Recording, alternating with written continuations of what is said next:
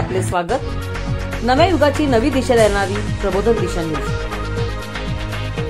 तोडून सारी बंधने झेप घेईन आकाशी, लाख संकटे येऊ देत माझे अस्तित्व बनवीन आकाशी. जरी परंपरेच्या साखळीने केले असेल बंदिस्त मला, या साखळ्या तोडून घेईन भरारी, ताऱ्यासारखी चमकून जाईन माझे अस्तित्व बनवेन आकाशी. या भावना आहेत आजच्या 21व्या शतकातल्या अनेक स्त्रियांच्या. आज आपण प्रगत होत आहोत. महिलांनाही सर्व क्षेत्रात समान संधी उपलब्ध होत आहे. पण असं होत आहे की हे फक्त काही शहरातच. यापैकी एक शहर म्हणजे नवी मुंबई. या शहरात असंख्य महिलांना व्यवसाय व नोकऱ्या मिळत आहेत. स्वतःचा व्यवसाय नोकऱ्या करत असताना काही क्षेत्रात महिलांची प्रगती होऊ लागली आहे. या शहरात रुग्णवाहिका चालवणाऱ्या कुसुम दिनेश घोड या मूळच्या उत्तर प्रदेशमध्ये अजमगड जिल्ह्यातील हतोडा या गावातील या आपल्या पतीसोबत 24 वर्षापूर्वी नवी मुंबईत रबाले येथील झोपडपट्टीत आल्या. उदरनिर्वाहासाठी व मुलांच्या शिक्षणासाठी त्यांनी शिक्षण क्षेत्रातही काम केले. तसेच मिळालेल्या फावल्या वेळेत रुग्णवाहिका चालवण्याचा निर्णय घेतला. त्या कशा पद्धतीने रुग्णवाहिका चालवून रुग्णाला सेवा देत आहेत हे आपण पाहणार आहोत. प्रबोधन दिशाच्या प्रतिनिधी उपासना यादव यांनी घेतलेली त्यांची खास मुलाखत. चला तर पाहूया. नमस्कार, प्रबोधन दिशा न्यूज़ में आपका स्वागत है. मैं उपासना यादव आज आपको एक एम्बुलेंस ड्राइवर महिला से मिलाने वाली हूँ. इससे पहले मैं आपको कुछ जानकारी बताने वाली हूँ. 1905 में ब्रिटिश के नेतृत्व वाले संगठन ने भारत में पहली बार एम्बुलेंस सेवा कोलकाता में स्थापित की. इस सेवा का उद्देश्य था दंगों, प्राकृतिक आपदाएं और दुर्घटना के दौरान घायल हुए लोगों को चिकित्सा सहायता और परिवहन प्रदान करना.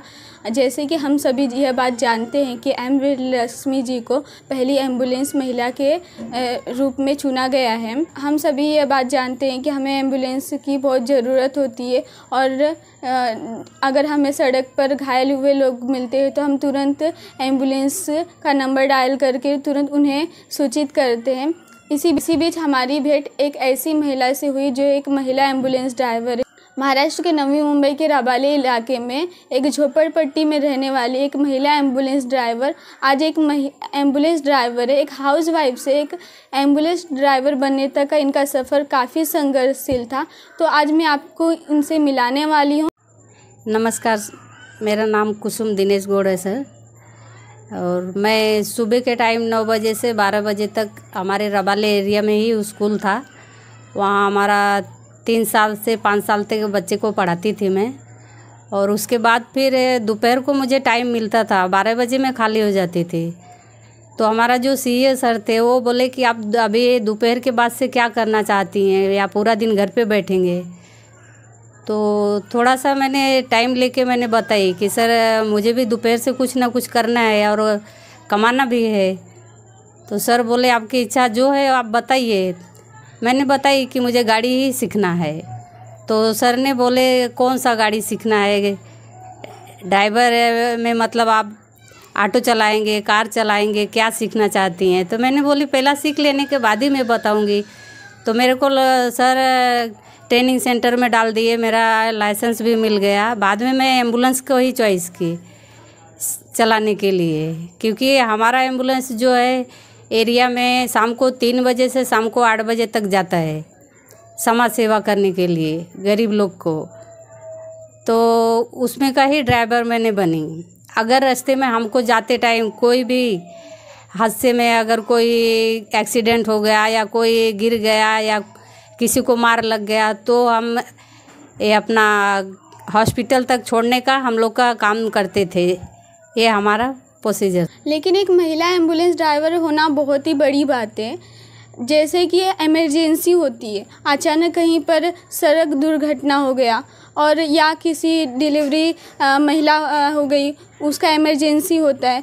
तो उस टाइम पर इमरजेंसी के टाइम पर आप एक महिला ड्राइवर हैं. ड्राइवर का मतलब ये होता है कि समय पर पेशेंट को हॉस्पिटल में पहुंचाना. लेकिन अगर महिला जो होती हैं वो तो घबरा जाती हैं कि मतलब पेशेंट को देखते ही घबरा जाती हैं. लेकिन आप उस टाइम पर आपका मतलब क्या रहता है? हम लोग का समाज सेवा करने का ही काम है. और पेशेंट या एक्सीडेंट हो गया या किसी को मार लग गया, हम पहला हमारे साथ में 4 लोग हैं अभी भी, डॉक्टर, नर्स, ड्राइवर। हमको जो होता है हम अपने यहाँ से ट्रीटमेंट करने के बाद उनको हॉस्पिटल तक पहुँचा देता है, ये हमारी जिम्मेदारी है। लेकिन आपको डर नहीं लगता है कि मतलब इमरजेंसी है, तुरंत पहुंचाना है, अगर तुरंत नहीं पहुंचा पाए तो क्या होगा, ऐसा डर नहीं लगता? नहीं, डर नहीं हमको लगता है। हम जो हमसे हो सकता है जितना जल्दी करने रहता है उससे जल्दी हम लोग करने का कोशिश करते हैं पहुंचाने। और पेशेंट लोगों को मतलब अभी आपके एम्बुलेंस की तरफ से ऐसी कौन सी सेवा है जो मतलब कि जनता भी आपको कांटेक्ट कर सकती है? हमारा पहली सवारी है। पहली सवारी का मतलब ये है कि डिलीवरी वाली औरत जो है उनका तकलीफ़ अगर हो रहा है तो हमको कॉल करेंगे, हम उनको वो एड्रेस पे जाके पिकअप करके हॉस्पिटल तक पहुंचाना हमारा जिम्मेदारी है। और वहाँ से फिर डिलीवरी होने के बाद जब भी 2 दिन 3 दिन या 8 दिन बाद वो फिर कॉल करेंगे, उनके घर तक हम ला के छोड़ते हैं। तो आपका कोई नंबर है एम्बुलेंस का कि जिससे कांटेक्ट किया जाए? जी, नंबर है हमारा। तो आप अपना मतलब कांटेक्ट नंबर बताइए कि जिससे जनता आपको कांटेक्ट कर सके। हाँ, मेरा नंबर यही है 9136923108। तो आपने जैसे बताया कि आप एक मतलब डिलीवरी जो औरत होती है उनको भी आप मतलब उस जगह से घर से हॉस्पिटल तक पहुंचाने का काम करती हैं, लेकिन आपका क्या सिर्फ नवी मुंबई तक ही ये काम सीमित है कि पुणे, सातारा और आगे तक काम है? नहीं, सिर्फ नई मुंबई में ही है हमारा काम है। अगर ऐसा कोई बीमार पेशेंट है, जैसा कैंसर हो गया और ऐसा कोई भी है तकलीफ़, अगर उनको कोई लंबा हॉस्पिटल में शिफ्ट करना रहता है तो वो भी काम हम लोग कर देते हैं।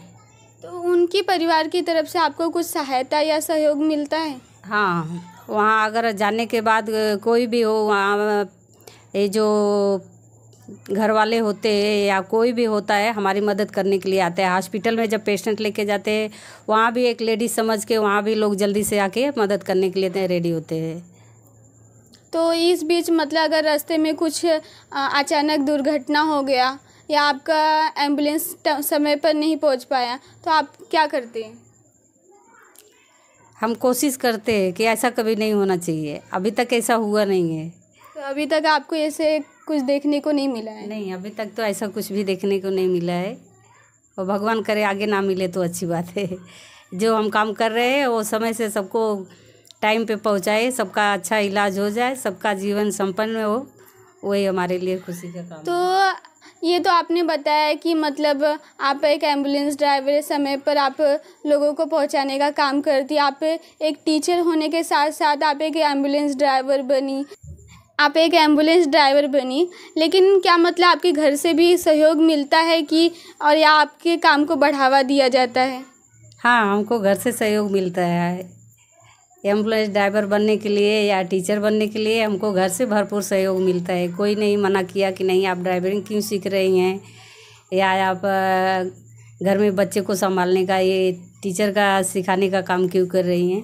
हमको कभी कोई नहीं मना किया, नहीं हमारे हस्बैंड मना किए, नहीं हमारे भैया भाभी, नहीं हमारे यहाँ एक भसुर रहते हैं और हमारी जेठानी रहती है, वो भी कभी मना नहीं किए, कोई भी नहीं मना किया। लेकिन मतलब एक एम्बुलेंस ड्राइवर हो, आपको भी आपको भी कभी ना कभी कुछ प्रॉब्लम हो सकता है, तो इससे घर वाले चिंतित नहीं होंगे?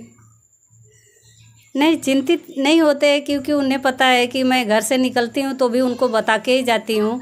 अपना फैमिली है और अपना है तो इसलिए उनको बता के जाती हूँ। और दिन भर में वो लोग का भी 1 बार 2 बार कॉल आते रहता है, बीच बीच में टाइम मिला तो मैं भी करके बताती हूँ, नहीं तो वो ज़रूर कॉल करके पूछते हैं कहाँ पे हो, कैसे हो, तभी मैं उस टाइम बता देती हूँ। क्योंकि ड्राइवरिंग करते समय मैं फ़ोन ज़्यादा अटेंड नहीं कर पाती हूँ। लेकिन आप घर के काम से एक एम्बुलेंस ड्राइवर का मतलब जो काम है उसको कैसे मैनेज करती हैं?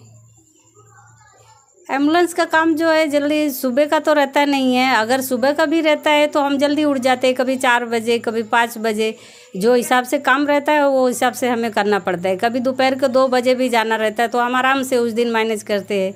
अगर जिस दिन सुबह जल्दी 9 बजे 10 बजे जाना रहता है, उस दिन हम सुबह 5 बजे 4 बजे जग के और अपना सारा काम घर का निपटा के फिर बाद में जाते हैं।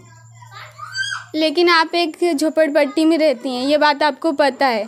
झोपड़पट्टी में रात के टाइम पे बहुत डर होता है। रात को 10 बजे 11 बजे आपका आना रहता है, तो आपको उस टाइम पर मतलब डर नहीं लगता है कि आप 11 बजे 12 बजे आती हैं? तो एक झोपड़पट्टी में मतलब आप कहीं और भी, आपका इतना अच्छा काम हो गया है तो आप कहीं और भी रह सकती हैं, झोपड़पट्टी में ही क्यों? अब ये झोपड़पट्टी में जो है हमारा इधर खुद का ही घर है, कहीं आओ जाने के लिए हम उतना बैलेंस होना चाहिए। अगर वैसा हुआ तो हम लाइफ में ज़रूर करेंगे, अभी तो फ़िलहाल हम यहीं पे हैं। तो एक झोपड़पट्टी में रहकर आपने इतना बड़ा काम किया, तो इसके लिए तो आपको हर जगह से सराहना मिलता ही होगा। लेकिन क्या आपके घर वाले मतलब खुश हैं, आपके ऊपर प्राउड फीलिंग करते हैं कि नहीं? जी, सब लोग खुश है। तो जैसे कि हमने जाना कि एक महिला एम्बुलेंस ड्राइवर है, इन्होंने अपना एक हाउसवाइफ से एक टीचर बनी, टीचर से एक एम्बुलेंस ड्राइवर बनी। इनके घर वाले का भी सहयोग है और आसपास के लोगों का भी इनको एक मतलब सपोर्ट मिलता है।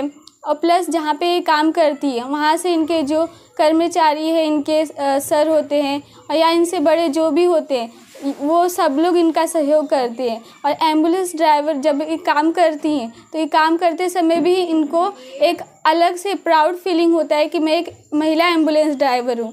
महिला एम्बुलेंस ड्राइवर होना एक मामूली बात नहीं है, क्योंकि जब भी कोई भी इमरजेंसी पेशेंट होता है तो जो आम महिलाएं होती हैं वो खून देखकर या कटा हुआ देखकर डर जाती हैं, लेकिन इनके अंदर एक ऐसा जज्बा है कि ये सब ना सोचते हुए उस इमरजेंसी को तुरंत हॉस्पिटल पर पहुंचाने का काम करती हैं। तो आज हम सभी ने इनके बारे में जाना। हम सभी जनता इनके भविष्य जीवन के लिए इनको शुभकामनाएं देते हैं। ये अपना काम ऐसे ही करते रहें और आगे बढ़ते रहें, और हो सके तो हम इनको आगे कुछ सपोर्ट करें। इसके लिए मैं इनको धन्यवाद कहती हूँ। मैं रवि कुमार हूँ from freedom for you foundation. ये संस्था 2010 में चालू किया हम लोग, और हम लोग महिला लोगों के लिए, बच्ची के लिए कला सिखाता है। अभी तक 5600 महिला और बच्ची को हम कला सिखाया है, जैसा टेलरिंग क्लासेस, कंप्यूटर क्लासेस और mehndi, beautician course, dress designing, ऐसा 2-3 महीने का कोर्सेस हमने बहुत लोगों को हर जगह पे किया है। अभी सडनली 2022 में उसको क्या हो गया मालूम नहीं, उसको बोली सर इतना एम्बुलेंस है हमारे पास, मैं भी चलाओ क्या। हम लोग महिला को हाथ बल करने के लिए हम लोग बहुत सेवा करता है। सो इनका आशा भी पूर्ति करने का हमको सोच के हम लोग सोचेंगे कितना पढ़े है। मैं पहले बार पूछा उसको कितना पढ़े, वो बोली 8वीं पास हो गया, 9वीं का सर्टिफिकेट नहीं है मेरे पास। मैंने बोला 10वीं का चाहिए RTO में, बट मैं फिर भी मैं पूछ लेता हूँ। फिर पूछा, दे सकता है बोला। फिर उनको तुरंत हम सिखाया, तुरंत उसको सितंबर में लाइसेंस आ गया उनके पास। जैसा येलो बोर्ड का ट्रक, मिनी ट्रक चलाने वाले लाइसेंस ही एम्बुलेंस को भी चलाता है। सो TR लाइसेंस बोलता है उसको। सो TR लाइसेंस इनके पास है। सो 2002 सितंबर से वो गाड़ी चला रही है, छोटा गाड़ी चलाती है।